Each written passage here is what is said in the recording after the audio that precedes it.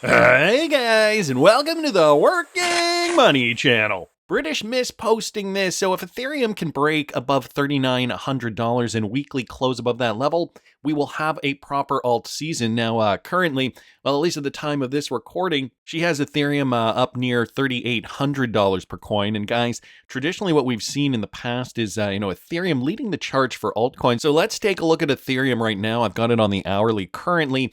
Right now, one Ethereum's going for about 3,800. We did get as high as about 3,840.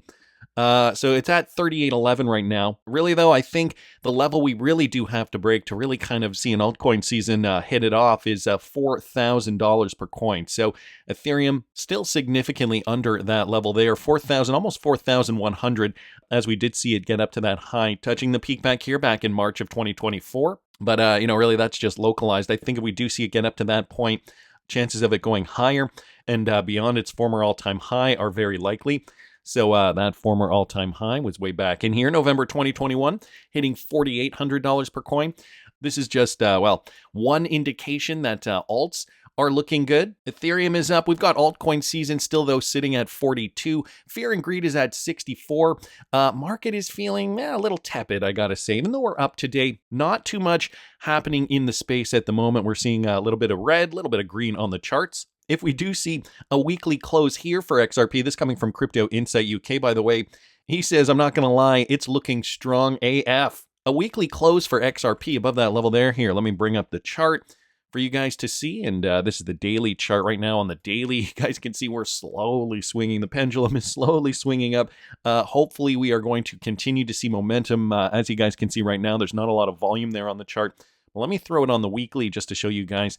The weekly close right here, staying above $3 essentially, is where we need to be, and we're significantly above that at the moment. Right now, one XRP is going for $3.18. Tom Lee brings up a good point. Whether it's the stock market or the crypto market, markets don't peak on fear. Tom Lee calls this the most hated V-shaped rally, and he explains why. Listen to this. Why this remarkable run from the April bottom still can't get much love.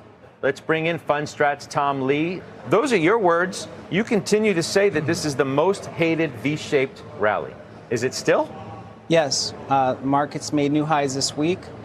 I don't find a lot of people cheering and happy. Most of our institutional clients are skeptical of this recovery because they feel that there's still looming uncertainties, whether it's the FOMC or the tariff deadline. So, as you know, markets don't peak when investors are skeptical. They peak when there's over exuberant enthusiasm. There's no signs of that today. They're not wrong with wondering about the uncertainty relative to those issues, are they? They're not wrong, but I think it's the amplitude that people got wrong. So in April, people thought if you didn't have a trade deal, we'd have economic Armageddon. But now what they're finding that is if you're wrong, it's just we don't have to fall off a cliff. And so there can be diplomatic solutions or even pushing off deadlines. So, the reasons they are what they are, ultimately, though, we want to see the market peak, and we haven't seen that over-exuberance, even though, like the S&P 500, for example, did just recently make a new high. I don't know if we can get some more information here. Well, this is the NASDAQ. It looks like it did just recently make a new high as well.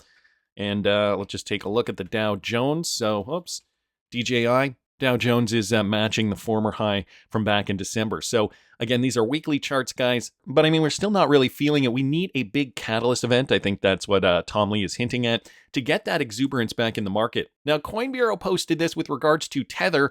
I know there's been a lot of Tether FUD out there as of late. Well, Tether has confirmed that a new U.S. domestic stablecoin is on the way.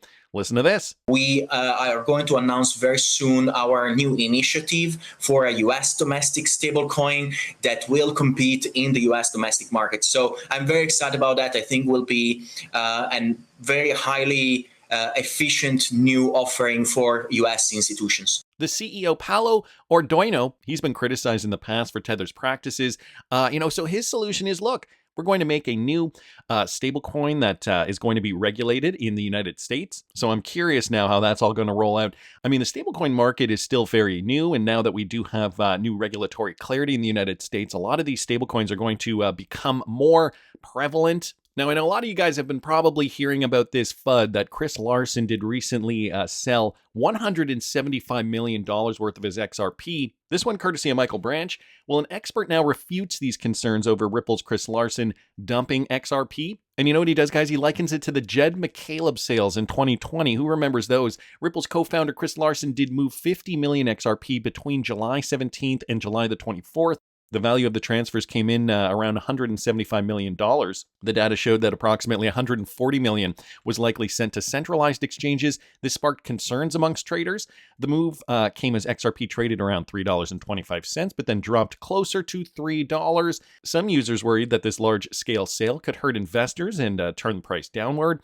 But guys, there was a similar case in 2020. At the time, Jed McCaleb, another Ripple co-founder, sold 266 million XRP. It was worth $148 million at the time. If McCaleb had kept it up, the same amount would be worth close to $940 million now. So I think Bitcoin maxis are trying to instill fear in the XRP community. But as you guys can see, whether, Chris Larson decides to, you got to remember too, guys, these guys aren't selling the same way you and I are selling. When you have such large quantities, a lot of these sales go OTC. And I mean, you can always look at the trend for other altcoins at the same time that XRP price was dropping. Well, I'm not going to get into it, but you can see similar patterns did occur on the chart at that point in time. This is just the ebb and flow, and I wouldn't really get caught up in the minutia. But anyway, a great observation there. Wanted to thank Michael for posting that. Whale Insider, guys, just posted this with regards to MUFG Bank. Now, they're looking to tokenize Osaka High-Rise for institutional retail investors via their PROGMAT program. So MUFG Bank, that's Japan's largest financial institution. They've just announced plans to tokenize real estate and offer them both to institutional and retail investors, making a significant step in the integration of blockchain technology into traditional finance. The initiative, spearheaded by the bank's trust banking arm, Mitsubishi UFJ, well, they'll be involved in acquiring the high-rise building in Osaka City Center for over 100 billion yen, and that's approximately $6.8 billion US, and converting it into digital securities, guys. And these are tokenized assets. They're going to be institutional investors through a private real estate investment trust. The bank is also partnering with PROGMAT, a blockchain-based asset platform, to expand its offerings.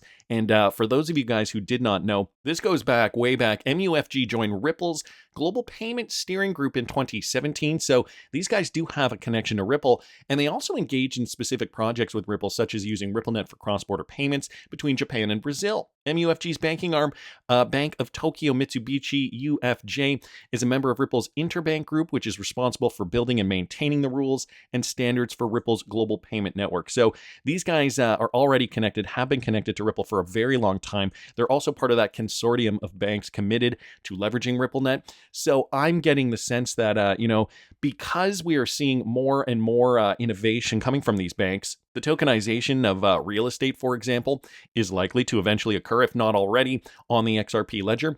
As it says down here, PROGMAT, which has previously explored tokenization for cross-border investments, will serve as the platform for structuring and distributing the tokenized asset. By focusing on foreign real estate, though, the bank may navigate regulatory complexities in domestic markets while catering to international demand for diversified real estate exposure. So we don't have too much more information on that. However, I would be curious to see how this does shape up over the next few weeks. So wanted to thank Whale Insider for posting that. Guys, I also happen to see this from Ripple partner DLocal. They're going to support RizRemit. Okay, when remittances fuel entire economies, delays in rigid systems don't just slow transfers, they disrupt everyday life. And according to the World Bank, remittances account for 3% or more of GDP in over 60 countries. Well, guys, Ripple partner DLocal is integrating RizRemit, and they're gaining the tools to make delivery simpler and more in tune with how people actually move money. Backed by this infrastructure, RizRemit can provide now its users access to domestic banking rails and popular e-wallets, and they name a few in there. The result is lower operational complexity, faster settlement times, and greater flexibility without compromising reliability. So more payment rails here. It looks as though Pakistan is one of those corridors, and Nigeria, just from what I see here. Here's a quote, guys. RizRemit's focus on high efficiency remittance flows aligns with our strengths in local infrastructure. This coming from Martin Sabirka, head of remittances at DLocal. Together, we're improving how cross-border payouts are made by connecting directly to the systems people rely on every single day. So some great news there for Ripple partner. Now integrating with another company, RizRemit. Happen to see this too, guys, from Anders. If you ever wondered who the king is, it's JP Morgan. The king, you say? JP Morgan? Anders continues by saying this G-SIB, okay, that equals globally systemically important banks. And guys, as you can see here, JP Morgan very high on the list, along with Citigroup, HSBC, Agricultural Bank of China, the Bank of America, Bank of China, and Barclays. Compared with the list of GSIBs published in 2023, one bank has moved to a higher bucket. Groupe Crédit Agricole has moved from bucket 1 to bucket 2. Another bank has moved to a lower bucket. Bank of America has moved from bucket 3 to bucket 2. But JP Morgan, guys, a very systemically important bank. Anders continues by saying this down here: the higher the bucket a bank is in, the more systemically important it's perceived to be for the global financial system. Essentially, a too big to fail bank list requiring these banks to hold more quality liquid assets than other banks in the form of an extra buffer so that these banks could handle another global financial crisis. And so he was retweeting out the video I put out yesterday. If you guys didn't catch that video, I'll link it up here. Basically, where Sam Gilberti says Ripple and XRP are going to win the game. And the big competition, guys, JP Morgan, Goldman Sachs, these are the guys that Ripple are now winning against. So the king metaphor coming up yet again. Ripple stacked the deck before the game even started. This courtesy of Chad Steingraber.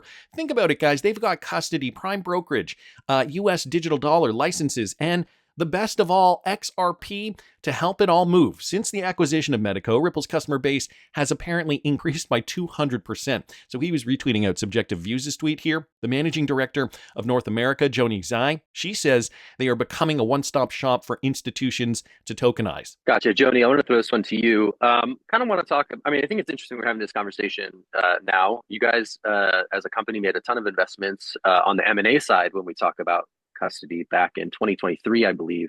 And now we're really seeing those things bear fruit. So I wanted to ask you specifically about sort of the M&A environment around custody and sort of the strategic roadmap that you're building as you seek to court more customers this year and next. Any thoughts on how those acquisitions have played into your strategy? Yeah, definitely. So back in 2023, we acquired a Swiss-based custody provider, Medico, right? Recognizing that self-custody will be critical, right? Just not for safely holding digital assets today, but for enabling new and emerging use cases in the future. So after acquiring them, we put in 2 more years of development, and the solution now is Ripple Custody. And since the acquisition, our customer base has grown more than 200%. It's now trusted by leading institutions globally that want to participate in this tokenized economy. And then custody is really just one piece of our kind of broader infrastructure strategy, right? We're continuing to innovate, continue to evolve our product suite to offer a one-stop shop for institutions to tokenize, store, exchange, and move value across a number of core product categories.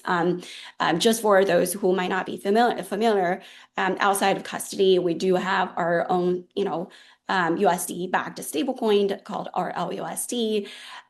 We have our, well-known payments products called Ripple Payments Direct.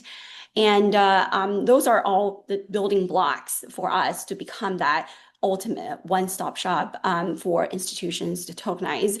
We'll continue to be active in the M&A space. We'll continue to identify, strategic investments that could, add on to our overall product offering and provide more value to our financial institutional clients. So the message, obviously staying consistent, providing more value for their institutional clients. And it is interesting that their customer base has actually increased by 200%. So because of these institutional grade adaptations, Ripple is now gaining even more institutional clients than they had before. So I wanted to thank Chad and Subjective Views for that. I also wanted to bring you guys this too. Okay, the focus is utility on the XRP ledger, and eventually the price will follow. Fiona Murray was asked a similar kind of question with regards to XRP price vis-a-vis real-world activity and utility of the XRP cryptocurrency.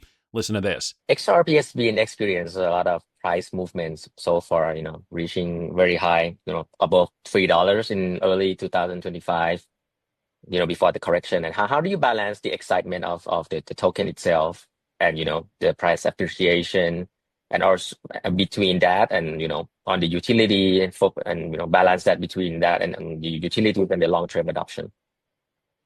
Yeah, that's a question that we get asked about a lot, but it's one that I have to say internally doesn't get much focus, and that's because number one for us is utility.